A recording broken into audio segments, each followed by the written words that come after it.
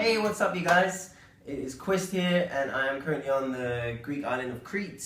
I thought that it would be good to have just a very quick question time. You guys have sent in lots of questions. Some of you haven't remembered to put the hashtag on there, so I haven't really haven't been able to compile those questions. So please remember to put in the hashtag if you want your question answered in a video.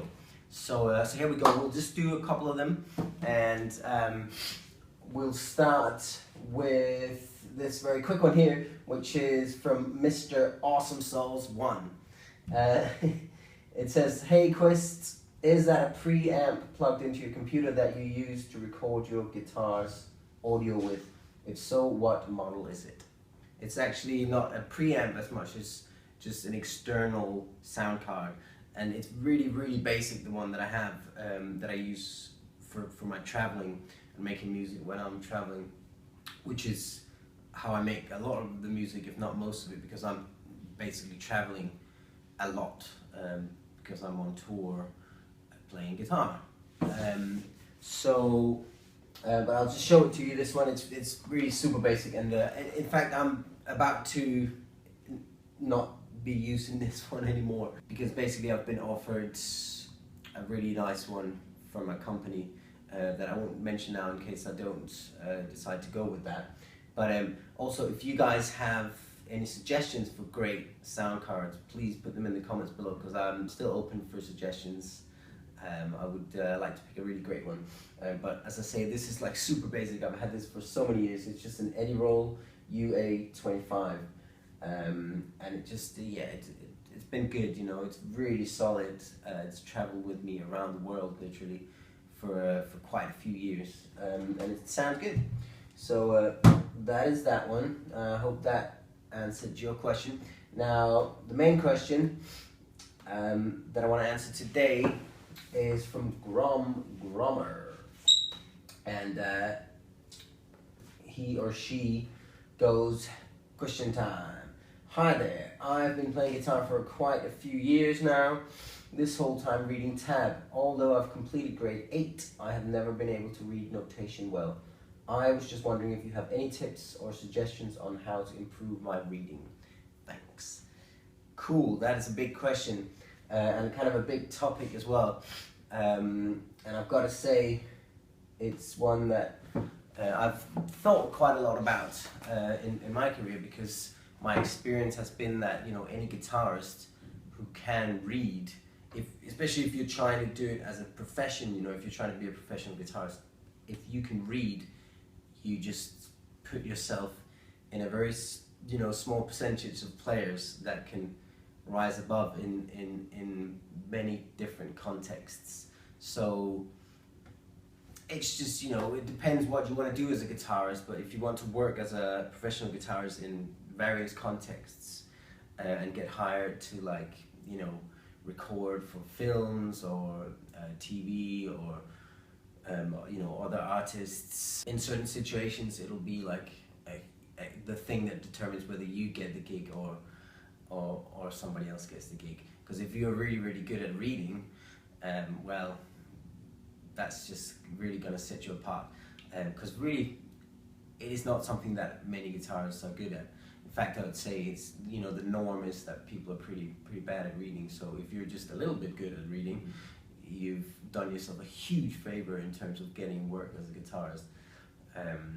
It's just, I guess part of it is that whole thing that, you know, on the piano, the middle C is one place, but like on the guitar, many notes, you can choose like 5 different places to play this note, or even 6, depending on your type of guitar. So, you know, it's confusing. You've got too much choice almost. With that in mind, I've actually written a book about this, which is just about to come out. In fact, it's already available in some format, and you can check it out at ultimatechartreadingbook.com, right there.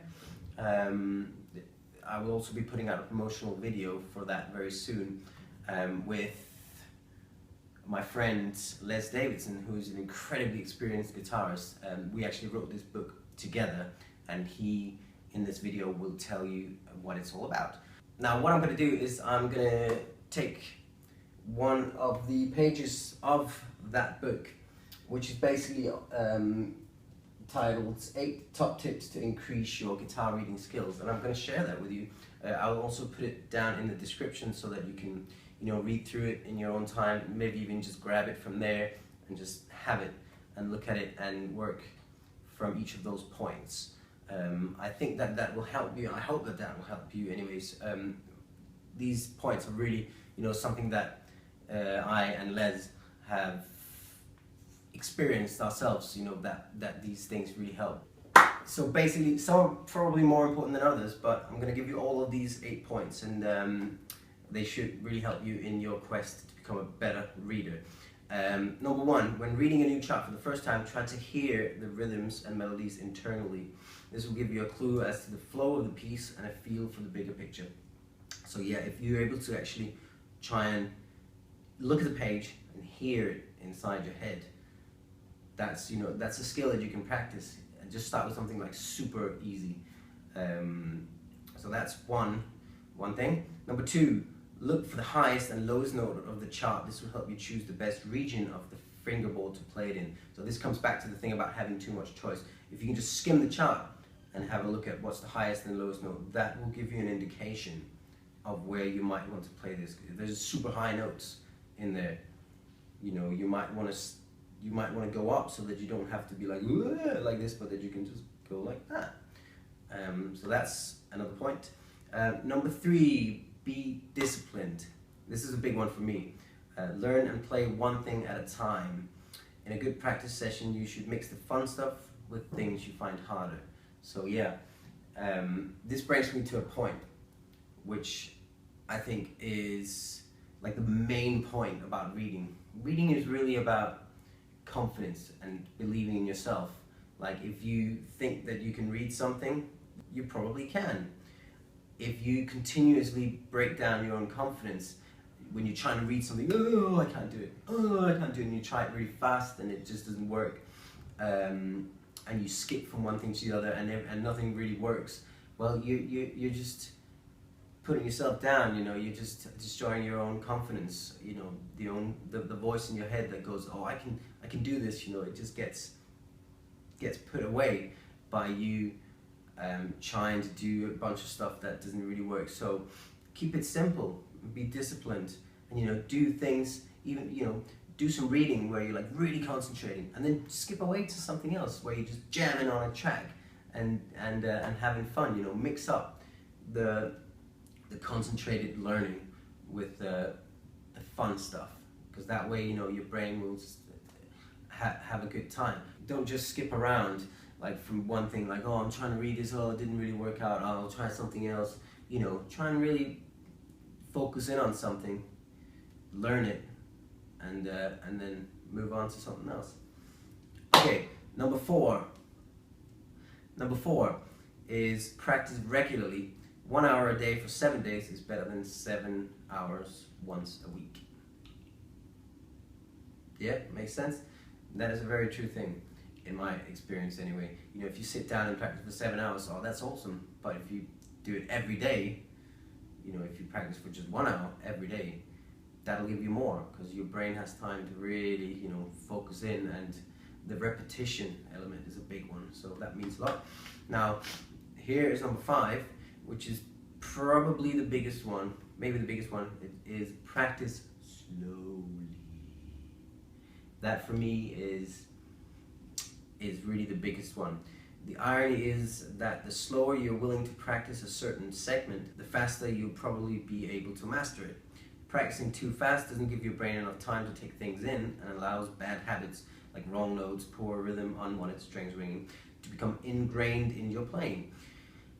Being good at reading is really about believing you can do it, and the more time spent actually getting it right, the more your reading confidence will flourish. So don't keep reading things too fast. That way you are just reconfirming your own belief that you can't do it properly. So that is the big one. I already touched upon it a little bit. You know, it is really about gaining confidence. So pick something that's super simple, play it perfectly, extremely slowly, and then feel like, yes, I just did it, I did it, and then move on to something else. You know, if you if you just try and read super hard stuff and you never get it right, it's just, you know, it just reconfirms for yourself that reading is super hard and you're shit at it. You don't want that. You want to be able to conquer little pieces of music and then gradually move up into harder stuff. Okay, number 6, get a metronome. It's pretty simple. Not only will it help you develop that all-important sense of rhythm, it's also a great way to track your progress and a useful tool for helping you boost your playing speed. Yeah, I mean, a metronome is a pretty essential thing if you're serious about working on your musical abilities. All right, number 7, transpose a lot. Try moving some of the pieces and exercises in this book around a selection of keys. So this is referring to this book, but the same goes for anything you learn, you know. If you are learning a piece of music, and even if it's super simple, try and transpose it. Try and do it in your head and on the fretboard. That kind of stuff, those kind of brain exercises, they will really make you, you know, they will make it easier for you in the future to take on board other new stuff and to be able to transpose stuff in the future. Because, I mean, to be honest, that stuff happens in real life constantly as a guitarist.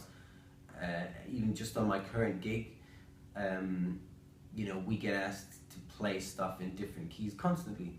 So you've just learned a whole song, including a really long solo, for example, and then somebody says, I think we should try this down a semitone, and you go, ah.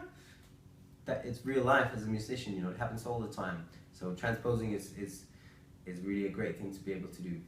But also in this context, if you learn something, you learn something that you're reading, if you're able to transpose that, well, it just ups your connection, you know, with the written music, as a whole. So transposing is a good thing. Okay, number 8. Consider getting a teacher, one who will make you practice, set you meaningful goals to meet, is knowledgeable and experienced enough to assist you with the things you can't work out for yourself, and can help open up doors to the kingdom of music theory to you. So yeah, I mean, getting a teacher is a good thing, and getting a great one is obviously an even better thing, because that will help you in learning how to read, if that person themselves obviously have a good skill set and is able to read really well. Anyways, these are my 8 points. So just to summarize it for you, most importantly, reading is about gaining confidence in your own ability to read. So give yourself that confidence. Learn how to read things that are super simple and read really slowly. Always read in time. You know, use the metronome or tap your foot even. Sometimes that's just fine as well, but always read in time. So if you can read something super slowly, but in time, and you can get all the way through it, that is a winning moment. That's when you've really given yourself, you know, given your ability to read a push up. So make sure you try and really go for that. And then, you know, you can mix in learning pieces that are really difficult as well. Just learning them very, very slowly and working on very little segments, you know. Try never to move on, like, from something before you've actually nailed it, if it's something that's really, really difficult. Because then it's just, you're just taking stuff in and not really using it for anything, you know, and it's also just, again, giving you that, you know, it's just putting a dent in your confidence if you're just going through stuff that doesn't get you know, settled in you. So if you can read stuff that's super easy and get through it and be like, yay, and you can work on really hard stuff but in very small segments that you really nail, then that is a great approach. So yeah, read super slowly, read in time, make sure that you gain a confidence in yourself, a confidence that you can do this, and then, you know, try and do it regularly. Do it just a tiny bit every day or a tiny bit every week, just enough for you to have that feeling of reading present in your mind, and then that should really make you improve in the long run. Alright, thanks very much. I hope that you guys will enjoy what I've shared. I have lots of love for all you guys. Thank you so much. Cheers, bye.